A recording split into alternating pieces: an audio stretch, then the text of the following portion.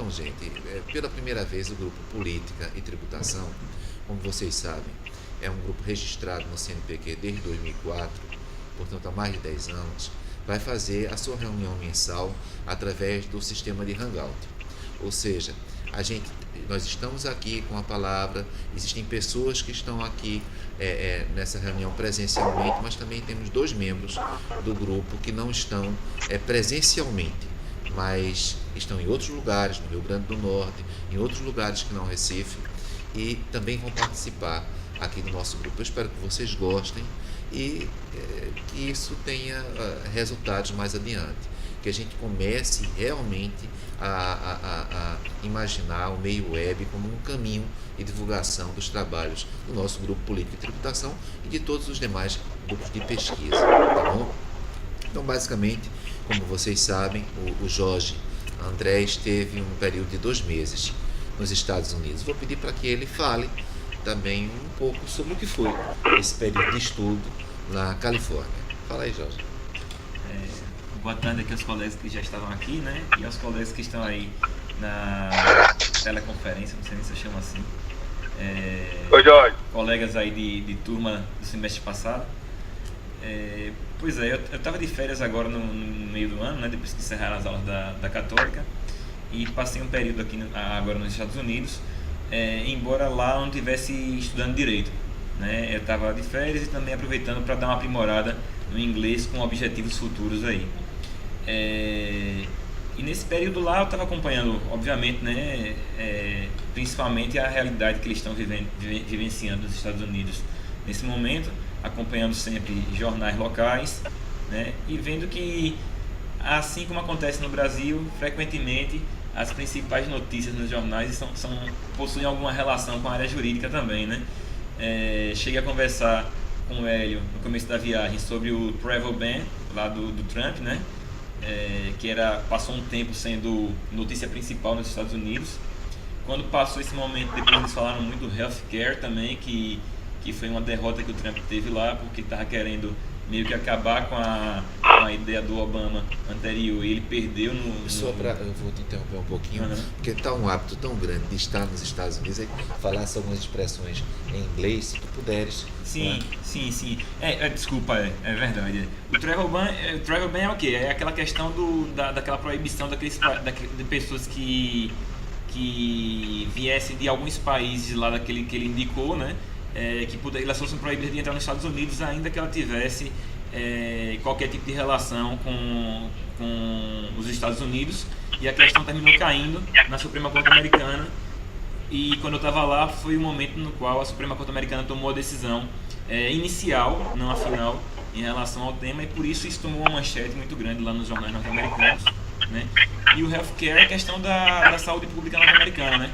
Que é uma coisa que é bastante criticada, inclusive no mundo, porque eles vivem mais um sistema de saúde privada do que um sistema de saúde pública, e com o Obama começou-se a se caminhar de uma certa forma diferente. Eu não conheço a fundo o sistema deles ainda, mas parece, pelo que eu andei lendo nos jornais, também não é nada muito técnico, né? Não sei até que ponto a informação estava correta, né? O Trump queria voltar ao ponto anterior ao Obama, meio que não era bem isso que ele dizia, mas como se ele quisesse dar aí uma finalizada com esse programa, dizendo ele que iria pensar num outro programa que fosse melhor, né? Mas isso aí não foi aceito pelo Congresso norte-americano. Quando a gente pensa em uma despesa, mesmo que seja uma despesa relativa à saúde, algo fundamental, um direito fundamental, há também de se falar em relação à receita que vai arcar com essa despesa. É assim no Brasil, é assim nos Estados Unidos. Exatamente. Com relação a essa questão... O direito financeiro, portanto, bem presente. Isso. Esse ponto que ele falou aqui pra gente agora é interessante, porque os jornais falavam... Eu também não tenho os dados, né? Estou falando só a informação que eu li nos jornais. Mas os jornais, eles sempre se pegavam nessa questão financeira também, dizendo que existiam estudos nos Estados Unidos dizendo que acabar com o programa agora, ou reduzi-lo a quase nada, geraria um impacto financeiro no futuro muito maior. Então, é claro que eu não tenho esses dados, porque também não é meu objeto de estudo, mas é uma coisa curiosa, porque o americano sempre está preocupado com essa questão financeira, né? Ele é muito focado nessa questão financeira, e realmente ele não ia admitir que se colocasse muito dinheiro numa coisa sem ter a base para financiar aquele sistema, né? E o objeto de estudo aqui do Jorge, para vocês que vão nos assistir, é um objeto muito atual, a questão do precedente. Porque o precedente não é só a conclusão, o precedente é também a justificativa da conclusão. E como vocês devem estar acompanhando, o Supremo Tribunal Federal, bem recentemente, chegou a concluir pela possibilidade de prisão após a decisão condenatória em segunda instância. E, ao que se sabe hoje, um dos ministros do Supremo Tribunal Federal que votou nesse sentido, no sentido de haver sim a possibilidade de prisão após a condenação em segunda instância, em decisão monocrática, portanto, diferente daquilo que havia decidido no Pleno e do que o próprio Pleno do Supremo Tribunal Federal decidiu, ele mudou de ideia. Então, como é possível a gente falar em precedente em um país onde isso parece comum ocorrer? Pois é, isso daí é bem, aí já cai bem mais no meu foco de estudo mesmo, né? O que acontece?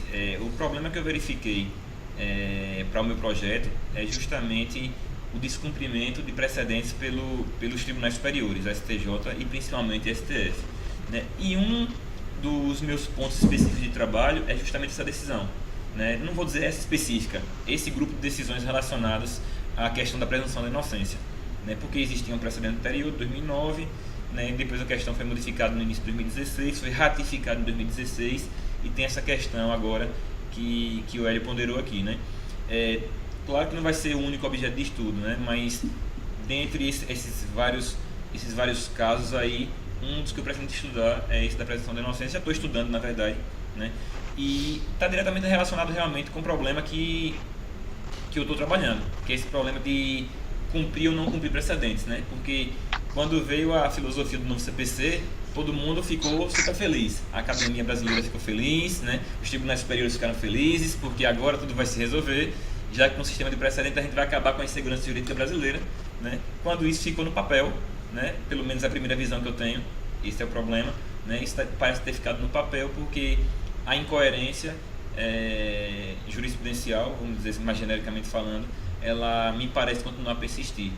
A pesquisa minha, especificamente falando, ela vai ficar delimitada para aspecto criminal, precedente de matéria penal e processual penal, até para delimitar, primeiro por delimitar o tema, e segundo porque é a área que eu estudo mais, né? E a intenção também, no momento, né, eu até conversar com o Hélio com calma sobre isso, que é meu orientador, é fazer uma pesquisa sobre os precedentes penais no ano de 2016, para ter um foco temporal. E aí a presunção de inocência entra nele também, porque foi onde teve a principal decisão, foi o ano no qual foi tomada a principal decisão em relação a esse tema, né? Mas aí qual é a questão, né? Verificado o problema, a pergunta que é difícil de responder é o quê? O que fazer para tentar reduzir, né, essa problemática nossa aqui, né? E é por isso que eu tenho focado tanto em ler autores norte-americanos, e tenho focado também em aprimorar o máximo possível o meu inglês, justamente para poder estudar com quem trabalha precedentes há mais tempo do que a gente, né? Já tenho visto no estudo inicial que as coisas lá também não são perfeitas, né? A academia critica bastante também inúmeras decisões judiciais nos Estados Unidos, né? Mas apesar disso eu consigo já ver também que eles têm pelo menos uma forma de estudar, porque o número de casos decididos pelas cortes superiores norte-americanas é infinitamente inferior ao número de casos decididos pelas cortes superiores do Brasil, né? E a minha hipótese, claro que eu estou no meio do estudo ainda, né, é justamente que para a gente começar a tentar trabalhar de forma séria com precedentes no Brasil, no plano prático, não apenas no plano teórico, a gente precisaria de uma redução dessa competência, que é muito ampla na minha visão, nos tribunais superiores do Brasil. Se for me perguntar como, eu ainda não sei, né? Estou estudando, estou tentando aí estudar o sistema norte-americano para ver qual seria uma forma, não vou dizer perfeita, porque não existe perfeição para o mundo jurídico, eles não são perfeitos, a gente também não vai ser, né? Mas para pelo menos tentar reduzir esse nível de incerteza e insegurança jurídica no Brasil. Tá. Então, Jorge, nós estamos aqui também com 3 membros do grupo e os 3 com o mesmo nome, João, não é verdade? Exatamente. Então, eu vou começar, João, a partir do pessoal que está aqui no Skype. Eu queria que vocês falassem um pouco sobre o projeto de vocês. É possível? Então eu queria que vocês estão com a palavra. Fala um pouco do projeto de cada um de vocês. Boa tarde a todos. Eu gostaria, antes de falar do projeto... Diz teu nome. Meu nome é João Batista de França Silva, mas pode chamar só de João França para não confundir com os demais Joões que fazem parte do grupo. Eu gostaria de iniciar agradecendo a oportunidade de participar. Eu não moro em Recife, né? Eu moro em Maceió, em Alagoas. É por isso que eu estou participando do encontro hoje através dessa ferramenta da internet. O meu projeto tem como tema o direito à prova no processo administrativo tributário. Visa responder a pergunta: o que é o direito à prova no processo administrativo tributário no Brasil, né? Quais são as posições fundamentais que o sujeito passivo, o contribuinte, tem no âmbito do processo administrativo. Essa questão surgiu na minha experiência profissional, porque eu ocupo aqui em Maceió um cargo público de procurador do município. E eu sempre me deparava, exercendo o controle de legalidade do processo administrativo tributário, com problemas em relação ao respeito aos direitos fundamentais do contribuinte por parte da administração. Um deles é justamente o direito à prova. Só para você ter uma ideia, aqui em Maceió, no Código Tributário do município, existe apenas um único enunciado legal com relação ao direito à prova do contribuinte, né, do sujeito passivo. E me parece que isso é um problema que se repete, são mais de 5 mil entes tributantes no Brasil e cabe a cada um deles dispor sobre o procedimento administrativo tributário, tendo em vista que aqui no Brasil não existe uma lei geral de processo administrativo tributário, nem mesmo uma lei geral de processo administrativo, né? Então, a partir da análise dos direitos fundamentais da Constituição, do direito à prova, do contraditório, da ampla defesa, do direito de petição, o objetivo da pesquisa é verificar se é possível afirmar a existência de um direito fundamental, a prova no processo administrativo tributário, um direito implícito, né, com base no artigo 5º, parágrafo 2º, e decorrente dessas outras garantias fundamentais do sujeito passivo. Eu tinha pensado inicialmente em restringir a pesquisa a partir da Constituição de 88, mas aí a partir da orientação do professor Hélio, eu já iniciei as leituras sobre outro sistema. Eu estou começando a pesquisar sobre o sistema em Portugal, porque lá existe um código de procedimento administrativo. A partir das sugestões do professor, estou lendo um material produzido por Paulo Otero e por Sérvulo Correia. É basicamente isso o projeto, é uma pesquisa de revisão bibliográfica, mas nada impede, né, que seja analisado também a jurisprudência, principalmente do STJ e do STF, dos plenos, sobre esse assunto. Então, João, eu queria, já que você colocou Portugal em debate, lembrar que nessa semana nós, do grupo Política e Tributação, o Arthur, inclusive está aqui o Arthur Pinheiro Alencar, nós conseguimos publicar numa das revistas mais prestigiadas de Portugal, da Universidade de Coimbra, tem como atual diretor Jorge Miranda, que é a Universidade Clássica de Lisboa, a revista O Direito, da Almedina. E o artigo que nós publicamos nessa semana, aqui pelo grupo, foi Direitos Tributários Pátrio e Alemão, à luz dos conceitos de fato jurídico, segurança jurídica e relativização da coisa julgada. Portanto, o nosso grupo está com as nossas dificuldades, claro, como todo sabe, não é fácil compatibilizar, digamos, um estudo aqui no Brasil, no caso, estamos nesse momento, não é? Nós estamos em 3 estados, no Rio Grande do Norte, não é? O Jorge é de Sergipe, Alagoas, Recife, e também, não é, trazendo aqui um aporte dos Estados Unidos através do Jorge e essa nossa publicação recente em Portugal. Afinal de contas, temos o mesmo idioma, é um país que também facilita digamos, a comunicação pela colonização que ocorreu e também pelo idioma que efetivamente possui. E como foi dito, em Portugal já de há muito tempo existe um código de procedimento, não é, administrativo, uma lei geral de procedimento administrativo, em grande medida formulada pelo Dr. Sérvulo Correia. Então, o Dr. Sérvulo Correia tem essa participação, não apenas acadêmica, mas também prática, um grande advogado em Portugal, é um professor associado na Universidade Clássica de Lisboa, e Paulo Manuel Otero, professor titular, não é, de Direito Administrativo e Constitucional, um homem tremendamente conhecido em Portugal. Acho que a gente está tentando focar, não é, sob essa perspectiva e tentando evoluir, não é, João? Vendo o que é possível trazermos de contribuição também do direito português, especificamente desse código que já existe há bastante tempo em Portugal. Eu espero que as nossas conversas progridam, não é, nesse sentido. Mas também nós temos aqui, coincidentemente, uma outra pessoa, um outro pesquisador chamado João, que está em Natal, não é? Fala um pouquinho aí, diz teu nome, diz o teu projeto, por favor. Tá bom. Pessoal, boa tarde a todos. Quer dizer, bom dia, boa tarde, boa noite. Eu não sei em que horário o nosso telespectador vai estar ouvindo, né? Ouvindo esse vídeo. Boa tarde a todo mundo que está aí, ao professor Elioren, aos demais colegas, que só dá para ver a perna de Jorge. Jorge, um abraço aí, nosso colega do semestre passado. A Católica, ela tem esse privilégio de misturar a turma de doutorado com o mestrado, e isso facilita muito o contato das turmas e a troca de pensamento e ideias de anseios acadêmica. Meu colega João, que está aqui do lado do meu vídeo. Bem, professor, meu nome é João Alves Melo Júnior. Eu sou e no meu dia a dia eu atuo na formulação de projetos relacionados ao fomento empresarial, especificamente na modalidade de incentivos fiscais.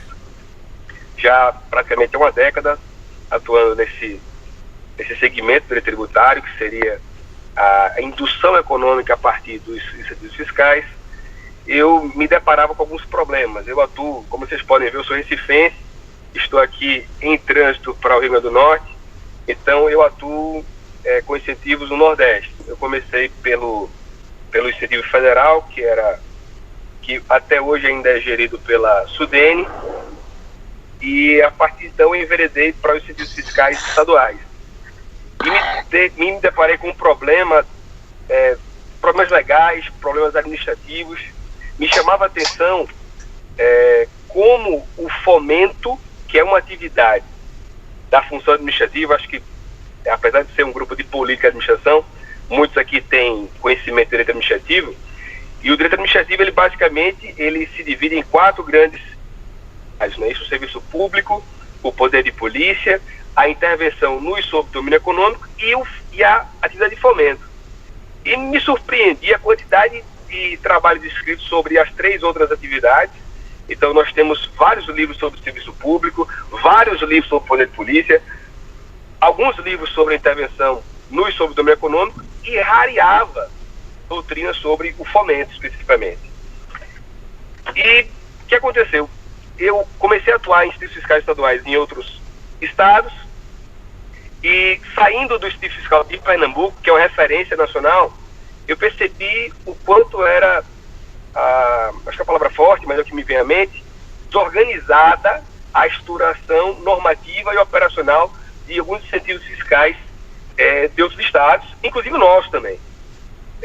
Para quem não sabe, afinal de contas, pode ser que quem esteja me ouvindo seja um estudante da graduação, o raciocínio do incentivo fiscal é basicamente o seguinte: inclusive eu estou nesse momento de frente a uma empresa, e o Estado, na intenção de atrair incentivos, ele renuncia uma parcela daquilo que ele deveria arrecadar em prol do desenvolvimento do seu Estado. No meu trabalho, eu concentro meu estudo no estudo da desoneração tributária, ou seja, no incentivo fiscal, e a possibilidade de controle da apropriação administrativa, social, desse incentivo em relação ao Estado. Então, me permita explicar o projeto com um exemplo. Então, imaginemos aqui que um Estado, a Fiat, por exemplo, ela veio para o Estado de Pernambuco e ela recebeu um incentivo fiscal de 90% de ICMS. Então, ele ia recolher 100 milhões de ICMS ela vai recolher apenas 10 milhões de ICMS e 90 milhões será tido a título de incentivo fiscal. Pois bem, o meu questionamento é, primeiro, há controle, existem mecanismos de controle desses incentivos? Primeiro, existem. Segundo, eles são suficientes para identificar a contrapartida do incentivo? E, por outro lado, pode ser... Desculpa, deixa eu reformular o pensamento. É melhor o Estado dar o incentivo, os 90 milhões de ICMS, ou é melhor ele pegar esse valor que ele está desonerando e aplicar em outras políticas sociais para tentar obter o mesmo desenvolvimento? Esse é o meu grande questionamento. A partir disso aí, eu também faço um estudo do dever fundamental de pagar tributos, e esse ponto, esse contraponto que o professor Hélio faz na sala, para mostrar que todo direito tem um custo. E, às vezes, nessa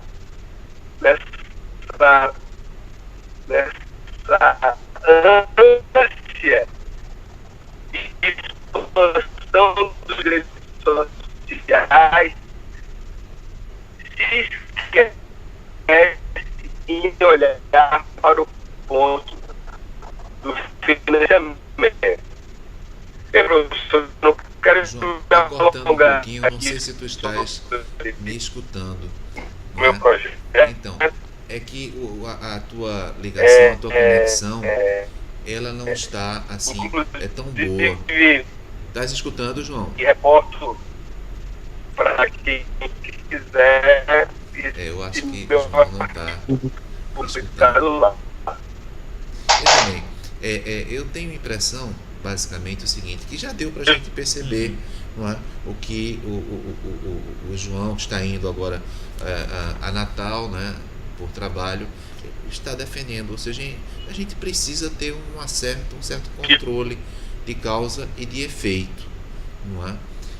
Se o Estado fornece um benefício fiscal, que efeito esse benefício fiscal vem efetivamente produzindo? Que efeito benéfico ou não vem produzindo? Então, é importante nós estudarmos de uma maneira menos emocional, menos apaixonada, mais objetiva, os efeitos dos benefícios fiscais que estão sendo dados no Brasil, os efeitos positivos e os efeitos que não forem positivos. Acho que é um tema muito legal para a gente estudar. Quem estiver acompanhando, eu peço que nos ajude, colabore. Esse é um dos assuntos que nessa disciplina, desse período do mestrado, doutorado, nós vamos efetivamente debater aqui com o João. E temos um terceiro João, coincidentemente, não é, aqui presente, não é, que escreveu um trabalho também muito interessante. Eu acho que todos nós vamos efetivamente querer ouvir um pouco a respeito dele, porque trata da contribuição do ICMS socioambiental. Eu noto que, por exemplo, na Europa, o direito tributário também vem com uma conexão, com uma aproximação, com um diálogo com o direito ambiental, com o meio ambiente. Aliás, o direito não pode se ensimesmar. O direito cada vez mais precisa ter contato com outras ciências, não é? Há uma interdisciplinariedade no direito. E aí, ICMS socioambiental. Pode fazer um breve resumo, João, a respeito disso? Boa tarde a todos. Eu fui aluno do professor Hélio, meu nome é João Batista do Rego, eu fui aluno do professor Hélio lá na SMAP, em 2010. E lá eu me interessei pelo estudo do direito tributário. Depois fui aluno dele na Católica, em 2014. E lá eu escrevi sobre o financiamento de campanha, os efeitos das desonerações fiscais no financiamento de campanha. Hoje eu estou com um tema diferente. Foi publicado, não é, João? Inclusive foi publicado o artigo lá que nós fizemos, lá em São Paulo, pela revista Direito Tributário. Exatamente. E agora nós estamos com outro tema que o professor Hélio falou agora. Antes eu quero agradecer a presença do doutor André, do professor Hélio, dos colegas que também estão aqui, e dizer que esse tema me interessou porque você falou aí, João Alves, do ICMS. O ICMS é um tributo meio complicado tributo estadual meio complicado, foi instituído pela Lei Candir. E aí você vê que o ICMS, 25% dele é destinado aos estados. E aquele estado que tem política de incentivo ao meio ambiente, ele é beneficiado com a cota parte desse tributo. E esse estudo começou através do Paraná, o estado pioneiro. O Pernambuco é o 9º estado brasileiro a instituir o ICMS. Vale salientar que esse não é um tributo novo, o ICMS socioambiental, que foi inclusive denominação dada aqui para o Pernambuco. Lá no Paraná começou a ser chamado ICMS ecológico, mas também em outros estados, como Minas Gerais e São Paulo, ele tem a denominação de ICMS verde. E aqui em Pernambuco foi denominado ICMS socioambiental, porque além da questão tributária, tem a questão ecológica e amplia para a questão social.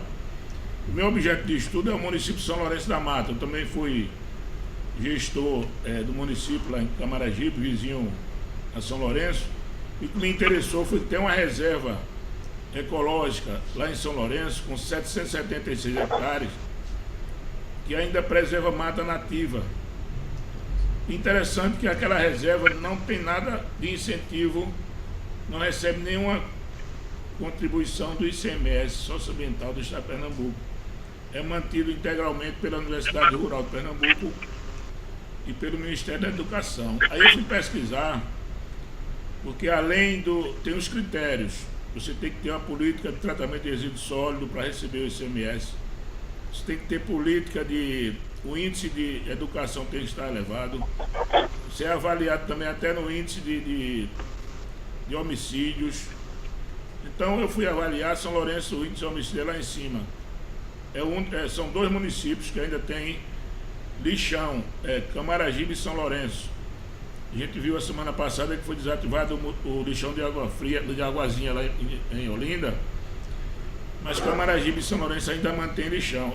E como é que ele está recebendo um tributo, um incentivo do ICMS socioambiental, que não está tendo a destinação correta? Então a minha pesquisa, eu fiz uma pesquisa em loco, fui lá, andei meia hora de barco na barragem de Tapacurá, que é a 2ª barragem de maior volume d'água, Sopete para Jucazinho, e eu observei que no trabalho a gente observou que não tem nada de incentivo do ICMS para aquela estação ecológica.